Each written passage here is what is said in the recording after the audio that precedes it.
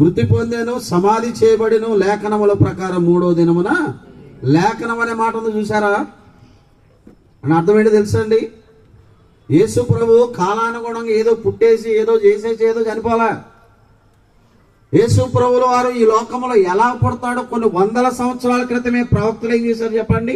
ప్రవచించారు. లేఖనములు అంటే పాత నిబంధన గ్రంథములో యేసు ప్రభు పుట్టుక, యేసు ప్రభు జీవితం, ఏమంటే యేసు ప్రభు శిలువ శ్రమలు, యేసు ప్రభు మరణం, వీటన్నిటి గురించి దేవుడు ముందుగానే తన ప్రవక్తల ద్వారా ఏం చేసి ఉంచాడండి?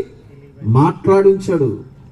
కారణ జన్ముడు ప్రభు అయిన క్రీస్తు ఊరకనే రాలేదండి, ఊరకే కాలక్షేపం అన్నట్లుగా యథావిధిగా ఏదో జరిగిపోలేదు. ఇది లేఖనములో ఆధారం ఉన్నది అన్నాడండి. ఎంత అద్భుతమైన మాట సోదరుడు. ఈ రాత్రి ఒక మాట ఆలోచన చేయాలి.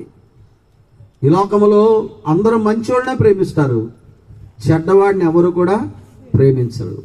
కానీ యేసయ్యలో ఉన్న ప్రత్యేకత ఏంటంటే చెడిపోయిన మానవులను ప్రేమించి మానవుల రక్షణ కొరకు ఆయన ప్రాణం పెట్టడానికి కూడా ఆయన ఇష్టపడ్డాడు.